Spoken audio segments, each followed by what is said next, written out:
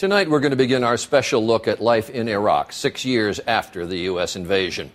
Every year we have taken an extensive look at where things stand, polling Iraqis and sending reporters across the country, both at times dangerous undertakings.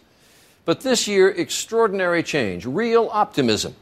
59% of Iraqis now say they feel very safe in their communities, and 65% say things are going well in their own lives, both numbers up dramatically.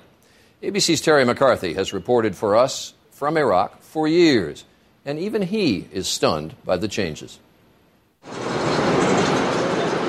Iraq is changing rapidly, even in the way we can report it. Better on my watch? We could walk in the streets at night and without body armor. We could eat in restaurants. We even did something we haven't tried since 2004. We went on a road trip. This is the first time in 5 years that I've actually driven in a car outside of Baghdad without any military escort. Roger that, mate. We began with a drive south from Baghdad to Karbala, passing through an area controlled until recently by Al-Qaeda, and known as the Triangle of Death. We met gasoline black marketeers, fish sellers, even stopped for tea. You're safe here, they told us. It is much better than last year. On the streets of Karbala, surprised stall owners told us they hadn't seen Westerners here for 4 years. Welcome. The changes we found across Iraq this year are remarkable. 84% of Iraqis now say their neighborhood is safe, almost double the level in 2007. For the first time, we flew a commercial, not military flight to the southern port city of Basra. Once controlled by militias, it's now thriving. At the port, shipping has increased 300%. Stores are selling cell phones for $600. Wow. And this newly built hospital now gets patients from overseas. So 8% of your patients are coming from outside Iraq. This is amazing. Yeah, definitely. It's surprising. I get surprised from that. Hello. Everywhere we went, Iraqis told us they thought it was time for the US to leave. The reason?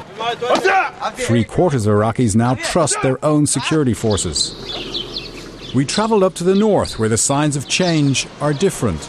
In the main Kurdish city of Erbil, the police have little better to do than give out parking tickets.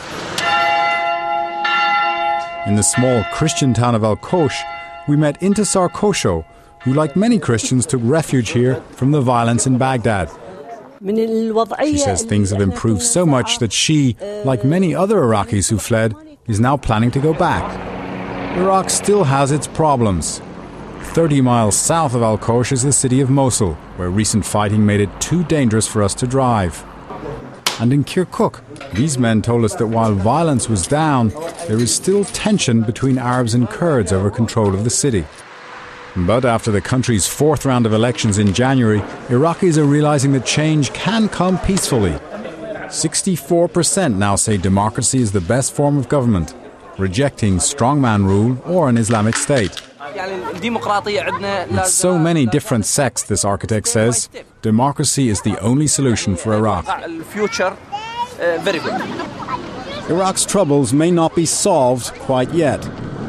But today, for the first time in 6 years, we found a country finally moving from darkness into light. Terry McCarthy, ABC News, on the road in Iraq.